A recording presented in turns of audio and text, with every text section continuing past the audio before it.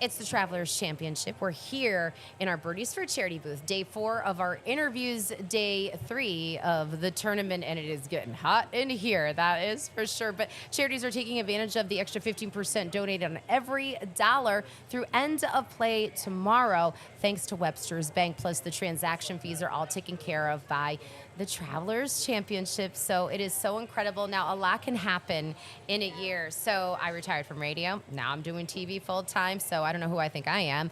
And you've come a long way with Eli's Garden of Healing since our last conversation. So please welcome Kyle and Crystal here to give us an update and all the happenings. So I saw you had sort of an honoring party at the where everything is going to be. So maybe Crystal, talk a little bit about that. Yeah, sure. So thank you, first of all, for having us here. It's great to be back. We are really excited. It's a good time for Eli's Garden of Healing. We just had our 3-year anniversary. Actually, that was this month that we celebrated that. And last month, we invited the community to come and see where the future healing garden is going to be located for the first time. We are working to create a healing garden on top of an old machine gun test firing range that was owned by Winchester.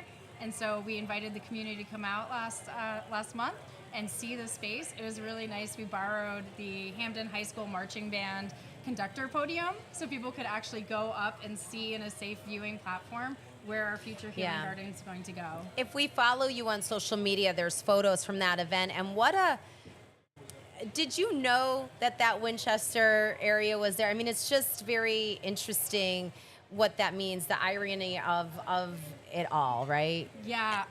It's so in Hamden, there was a lot of storage of gunpowder and testing of the weapons that Winchester was making in New Haven. Yeah. And so my nephew, who was killed 3 years ago, he actually lives in the condos directly next door to where the healing garden's going to go. So every day when he would walk to and from school, he walked right past this structure. Yeah. People that know our family and know the history of what happened to us, they'll know that this is representing the walk he should have made. It runs parallel through the park. And so we're going to take inspiration from the High Line in New York City and build boardwalk decking on top of this. It's going to be an amazing resource for the community and a place of healing. But the history of the site and what it represents, testing weapons that were made to harm and kill people and turning it into a place of healing for people impacted by violence is a really beautiful thing. It certainly is. And of course, you know, when you were on before and you told us the story of Eli, it has been in the news even as of last month because I called it a groundbreaking before we started this conversation, but it's really an opportunity for the public to see where it's all going to be. But people got to hear the story again, and they got to hear all the good things about Eli that sometimes get forgotten in the tragedy of that story. A lot of media and a lot of people tend to focus in on that tragic day, but he was so much more than that. So this today is another opportunity for you to talk about him and what made him Eli, right? And what made him so awesome. So share a little bit of Eli today, both of you. Sure. So, one of our programs is called Eli's Cleats. So that's a program where we give back to some local schools.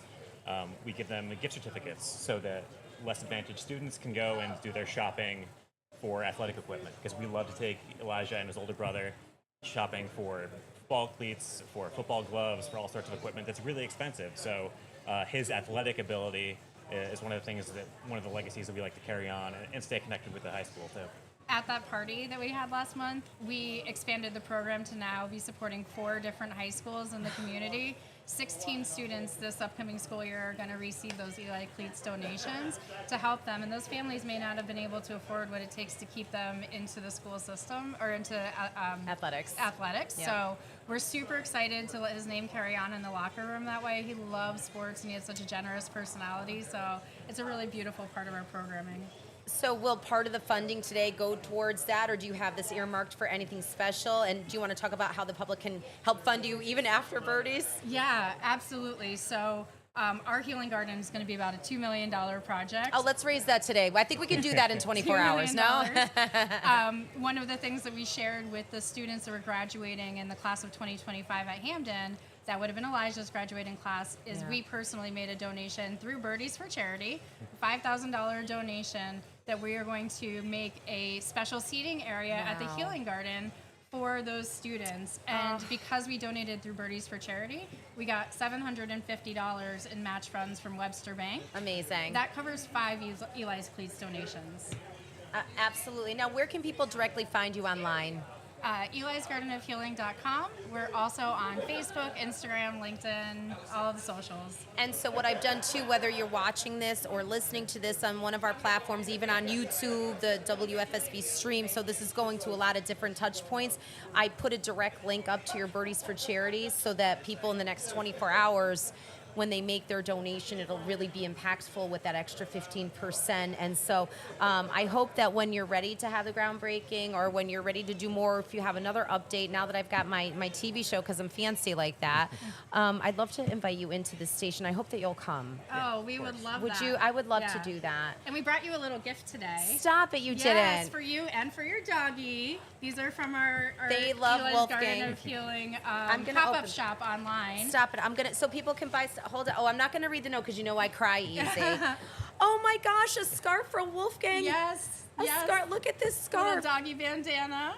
Yeah, I know how much you love your dog. I do. All dogs. I do. Oh my gosh, this is so amazing, you guys. And then I had, did you guys give me a bracelet? Yes. And so if people go online to your website, they can get all this stuff too. Yeah, that's from our local makers series. We had a I'm wearing Hampton this. High School student that was in Elijah's class make those Oh my bracelets gosh. to help us fundraise. I'm getting emotional. Yep. So that was made by one of his classmates.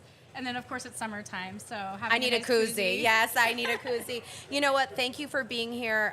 Your story has impacted so many people in the state of Connecticut, from tragedy now to shining a light on Eli and who he was and who he will remain to be from years to come because of the two of you keeping his name alive. I get a little. I know we're all getting a little bit, emotional, right? yeah. So thanks for being here today. Thank you for having us. Should we end and should we laugh a little right now? Should we break the mood? So let's do our TV smile. Are you ready? All right. Sure. All right. So Carter, the producer here, he's going to count us in, and so our next guests are here. They're going to have to practice, and we'll have to do a. We'll see at the end of all these interviews who did the best TV smile. Okay, you ready? You know what I'm talking about? That anchor silly smile, yeah. right? Yes. Okay, you ready? So count us in, Carter. Ready. Yep.